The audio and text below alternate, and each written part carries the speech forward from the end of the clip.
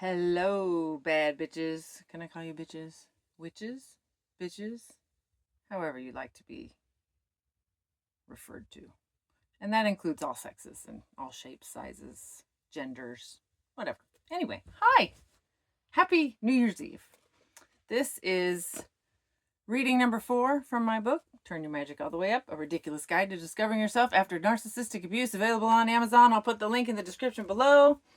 We got paperback, Kindle, audiobook read by me, or just tune in here every week. I'm going to read a chapter for free. I figure I can start calling y'all bitches and be a little bit more crazy and lax and whatever, because we're 4 chapters in, and if you're still here, we can get personal, right? As you'll see, the hair changes regularly with the mood. Sometimes you just need a shift, so we're going blonde. Next time, who knows? Ready? All right. Also, I forgot to mention, I wrote this book with a Spotify playlist to accompany it, and I will put the link to the Spotify playlist also in the description. My original intent with that was that people would listen to the music as they read the book, because that's how I wrote the book. But I realized that not a lot of people can read and listen to music with words at the same time. I'm actually one of them, so I really don't know what I was thinking. Do what you want, but as I was writing the book, these were the songs I was listening to. You can listen to my crazy playlist if you like. And yeah, here we go. Chapter 4 is called Karma Fairy. Song Karma by Grayson DeWolf. Sorry, Grayson. I will not name my exes and give them any more recognition other than the fact that I find it interesting that they were all named after their fathers. I call it my narcissist junior period, LOL. They are all the same person in different bodies, all juniors, and therefore relegated from names to numbers. I was calling them version 2.0 or 3.0 because narcs are all just versions of each other, but numbering them seems easiest. Numbers, like narcs, don't have emotions or personalities, or are human. I want to interject here that in my experience, it sure seems like being named after your father, being a junior or a third, seems to give the child a slight subconscious loss of their own identity.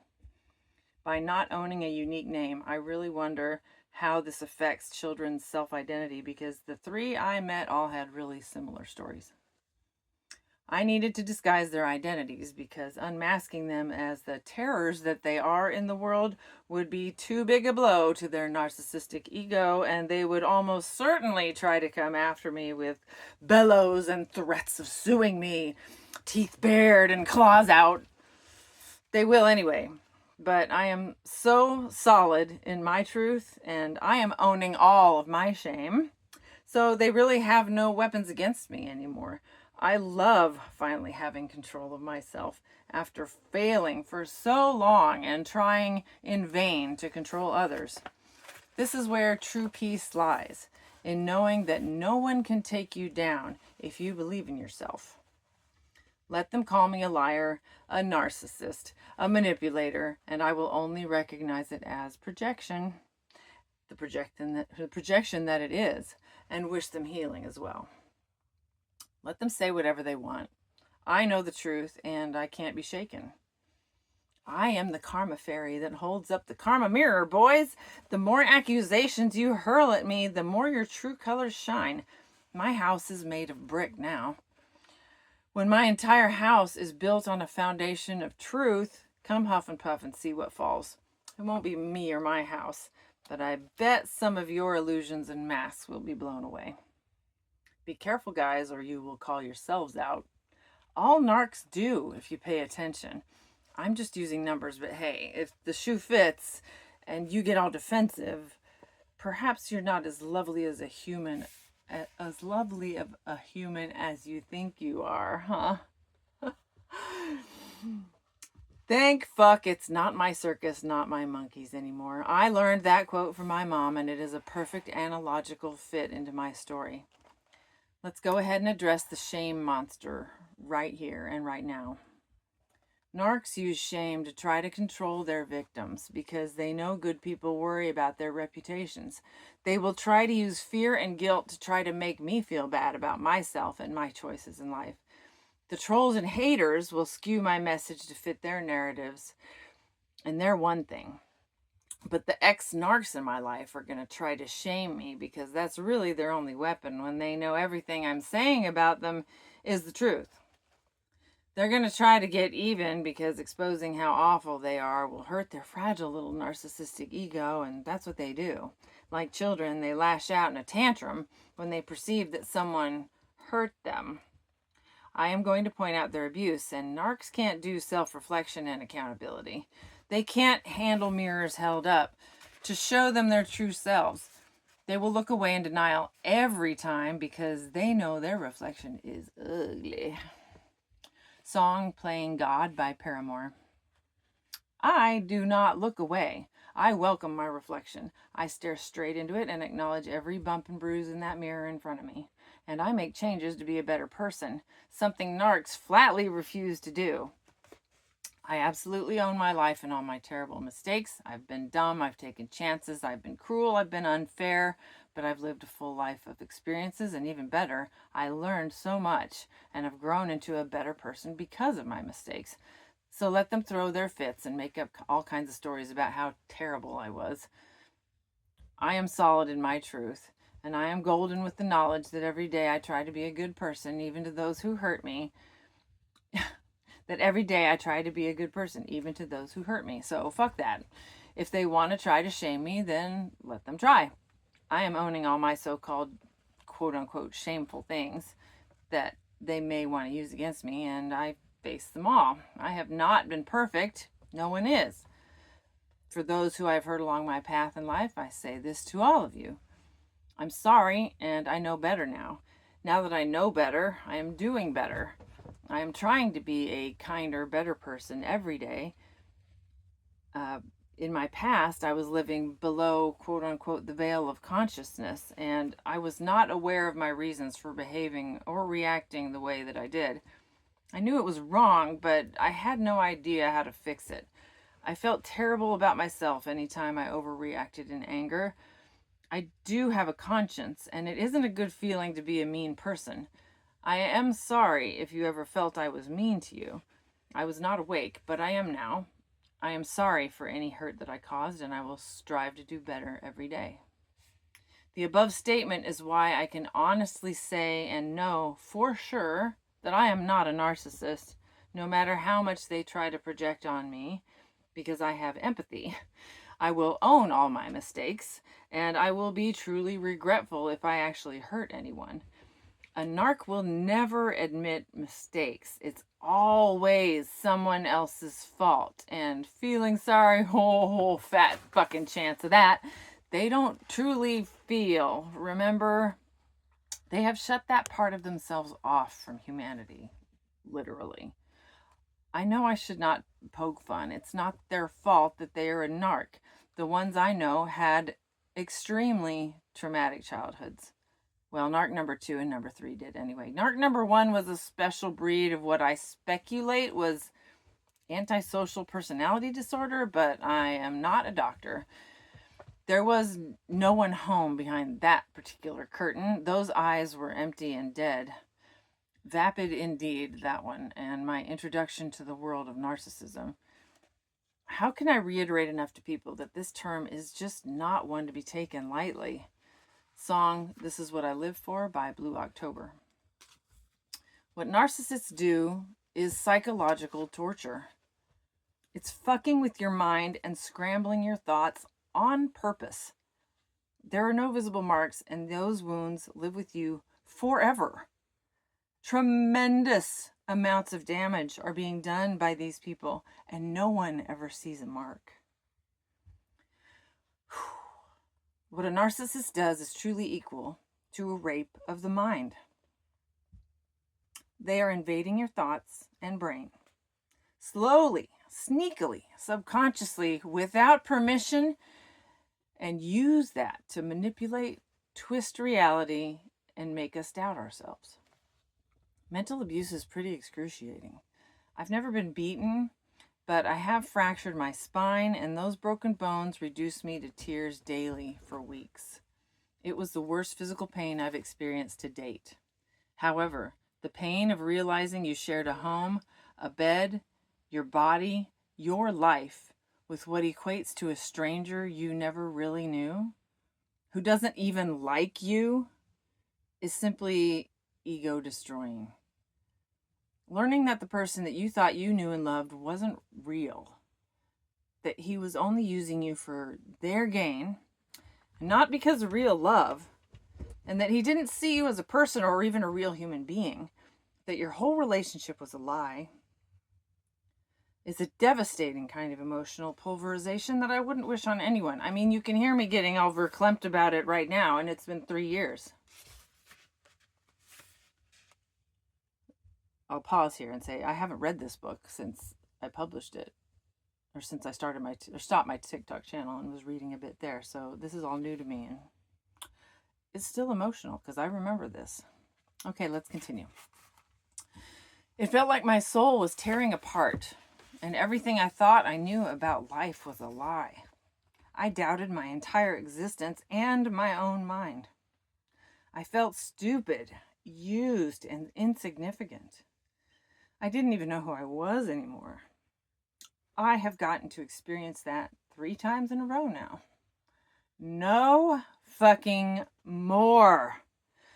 That's why I'm here, to impart what I've learned about how I kept repeating that cycle until I figured out it was me. Finally figuring out that you were manipulated by the person you loved, some of us possibly for years, is a cold, hard awakening that can bring you to your knees. And it did to me, literally. Excuse me. And for being real here, I can clear my throat, right? Let me clear my throat. No. All right, here, I'm getting off. Here is where I get to introduce and properly thank Vanessa, not her real name. This is where we can all thank those special, awesome hashtag Army of Good and hashtag Narcavengers souls on social media who, like me, are writing books and starting YouTube channels and getting on TikTok to try to help spread the word about narcissistic abuse so that we can help stop the pain these narcs leave in their wake. The more people we can educate about the damage narcs do, the more we can educate people, to recognize them and stay away from them. I owe my current awakening and new life to Vanessa. That lovely girl was so damaged and so hurt by narc number 1 that prior to me ever getting involved with him, she stalked his social media pages in the hopes that she could save the next girl from his web of lies and deceit.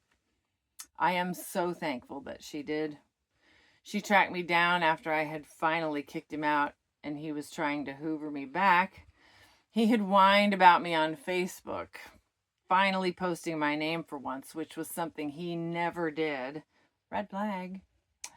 Once she had my name, she immediately messaged me and said, "Hey girl, I know you don't know me, but he's a narcissist and you're not the crazy one, he is." Down the rabbit hole I fell. I read everything I could about narcissism and narcissists and subsequently found that codependents and narcissists are forever caught in a magnetic push-pull of trauma-filled romantic entanglements that I hesitate to call relationships. Both are damaged. Narcs too far one way on the spectrum and codependents too far the other end. The more I researched, the more solid I felt in stating that what I had just experienced was a codependent narcissistic relationship. Narc number 1 doesn't have much of an excuse, if you ask me. From what I can ascertain, he lived with about 4 or 5 siblings, was the youngest, had a not present father, and a mother who coddled and spoiled him. He became an ASPD, antisocial personality disorder, slippery, snake oil salesman, slimy magician type character who pretends each day that he is a royal boy. If you want to try to picture him, think of Dick Dastardly in those old Hanna-Barbera cartoons. Exactly. I don't know what I don't know. Don't ask. Number one only plays the woe is me, I always get the short end of the stick, but I'm so awesome role to keep meal tickets coming. On the inside, he truly thinks he's better than everyone. Smarter, more talented, better looking, etc., etc. Even though he's homeless, he's just an empty shell of a person playing a role who is manipulating anyone who falls for his con. Watching him fake sympathy toward me once was genuinely disturbing. And listening to him argue with me in circles and create the classic narcissist word salad arguments was disorienting, to say the least. He manipulated for the sake of manipulating, enjoying pulling one over on people. He saw kindness as gullibility that deserved to be used and taken advantage of. He preyed on newly divorced, open, vulnerable women, and no one is more open and ready to finally let go and live freely than a newly divorced 40-something-year-old female. They are open to anything and just want to have fun. And if narc number one can pretend good enough, he can act his way into any home for a little while. I think breaking up marriages is also a tick on his bedpost. Either that or he just has a sense for those ready for an excuse to divorce a stagnant marriage. We must be easy prey. He sees us not paying attention as we happily lower our heads to drink from the watering hole. Meanwhile, he's sneaking up from behind to knock our feet out from under us. We never see him coming. Predator, prey. One thing I can almost guarantee is that narc number one is so egotistical. He's going to be pretty proud of the number one moniker, which I find hilarious. And he won't be able to brag about it because it would out him as the asshole he truly is. It's okay. The number one definitely does not delineate what place on the podium he takes. All three are tied for how awful they are. So there, you pompous douche canoe. Back to Vanessa. That girl shared her stories of his abuse with me and hooked me up with yet another ex of narc number one's who shared even more horror stories about him.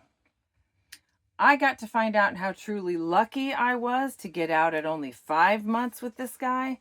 His past was a trail of restraining orders, sexual and physical assault, and he was the main suspect in burning down his ex's storage unit. Piece of work. He stalked my apartment after we broke up, which is what prompted me to file my own restraining order for the first time in my life. Unfortunately, it wouldn't be the last. Enter narc number two. Narc number two was in my apartment with me at the time of these stalkings and was witness to narc number one's games. Narc number two then proceeded to tell me how to handle narc number one. I don't make this shit up, guys. Looking back, it's both infuriating and hilarious that narc number two was giving me advice on how to handle a narcissist. Knowing full well that he himself was one, now preying upon me. He advised me to go no contact with number one, as that's the only way to handle a narcissist. He was right. And I used his own advice on him later. Karma is delicious. Hashtag Karma Fairy. Song Since You've Been Gone by Kelly Clarkson. Vanessa is who opened my eyes to what the proper definition of a narcissist really was, and I became a voracious intake of all things narc for a good 3 months, and it's now been going on 3 years, just so you know. It doesn't stop. I wanted to start a podcast for a while, all about interviewing women from narc number one's background, his family members, people that he worked with, etc. I really wanted to dive deep and dissect what the fuck happened to that guy to break him into the empty shell of a manipulative monster that he came to be. Just ew, dude. I look at his tiny self now and think, honestly, what the hell did I see in him? Vanessa and I both are pretty grossed out about it, and all our friends and family don't see how we fell for it either. Stay away from Tinder, kids. Only bad news bears there. But really, how and why did I fall for him? It was because I was trying to do new things. I was open to everything. I was tasting the rainbow after finally moving back to SoCal. after waiting 30 years to do so. I wanted to go out of my comfort zone and try acting. I had no idea how to even dip a toe into that arena, so I reached out to this guy on Tinder who mentioned that he had done some acting just to see if he could point me in the right direction, if nothing else. Oh, I fell for his schmooze, hook, line, and sinker. Let me tell you, I was so fucking naive and innocent, I might as well have been a 14-year-old virgin, lol. I didn't know narcissists were really a thing. Hi, Libby. I didn't know narcissists were really a thing, and I thought for sure I'd spot one if I saw one. Nope. Even when the red flags were flying, I didn't recognize it for what it was. I wanted charisma after being stuck in the piney woods of Redneckville and living with a beige human being for the last 10 years. I needed color. Narc number 1 had color. He was flamboyant about being noticed and loved charming people. Truly the grandiose type. He mentioned that if he could just get his potential clients on the phone, he could almost always talk them into the deal. He could sell ice cubes to an Eskimo. He was the ultimate salesman, constantly trying to sell himself as whatever he needed to be at the time to get by. Smooth talker, that one. Song Ghost by Katy Perry. Narcs can't regulate their own emotions. This is either because of neglect, toxic displays, patterns, demonstrations of emotional regulation by parents, or serious trauma, often sexual. These incidents cause a child's ego to fracture and the emotional, feeling side to be shut off for survival purposes. It hurts to feel, so they learn to turn it off. If it happens enough, it's lost forever. Here is the only time I will ever feel badly for a narcissist. Here is where I forgive them. Here is where all their stories began. As an innocent child, being put in a terrible situation no child should ever have been put into. And for that I forgive them. It was not their fault. However, for every decision they made as an adult afterwards to consciously hurt others, like me, I will never fucking forgive them for that. They need to grow up and own their shit like the rest of us. They need to be accountable for once in their lives because hurting and manipulating other people is never, ever acceptable. Period. They have terrible stories of abuse, and I do kind of pity them because they will never be able to feel true joy. Don't ever tell a narc you pity them, though. They fucking hate pity because they know that emotion. Narcs see themselves as better than everyone, so they pity people for being stupid pushovers all the time. Pity is for the weak, and a narc can never see themselves as being weak. Don't you see, you silly empathic codependent? It's all an act, so they don't need your pity. They are awesome badasses, and they are all just acting like they need your help or that you should feel bad for them. They scoff at pity. They often mistake empathy for pity and will get angry with you when you are trying to be compassionate. This should be a red flag if someone gets angry with you for showing empathy. I have found that narcs can't relate with more emotionally themed music either because they have no empathy. They can't picture themselves in the role of the person in the song if it involves feeling something. Heavy emotional lyrics don't touch them. They simply can't relate. Those types of songs that touch the soul of normal people don't even come close to reaching a narc. They might say that they love music, but they certainly don't attach to the emotion, to the lyrics, and the stories like the rest of us do. Once I can finally have everyone understand that the way a narc brain works, the more this book will make sense. That doesn't make sense. Once I can finally have everyone understand the way a narc brain works, the more this book will make sense, and we will be able to spot them out in the wild and respectfully keep our distance. Until then, I'm glad I had the opportunity to literally play #KarmaFairy to all three of them by calling them out on their shit, even if I didn't know the depths of narc territory that I was in at the time. I did let each and every one of them know that I saw what they were doing and that it was fucked up and hypocritical. They didn't like that. It's fun looking back on it now and being able to laugh because I do have empathy and I can imagine how it must have made them feel when I caught them in the act or just didn't let them get away with their bullshit. I take joyous memories like that anywhere I can get them. And that is the end of chapter 4. Next week will be chapter 5, which is entitled Parenting and Other Crap That All Ties Together. I'm such a great writer, aren't I? Hey, I always said this wasn't great literature. This is entertainment and hopefully like the stepping stone to get you to the people who were smarter than me, like Lisa A. Romano or Dr. Romani. And then if you're going above narcissistic abuse and you want to talk like spiritual awakening stuff, we're talking Esther Hicks and who's my other guru there? I've gone blank all of a sudden. All I can think of is Queen Herbie right now because I've been listening to her podcasts and her music. Anyway, find your shit. Find your thing that brings you joy. I think I said it in one of my chapters already. Do a YouTube search and find your gurus and people you relate to. But I'm here to support your path.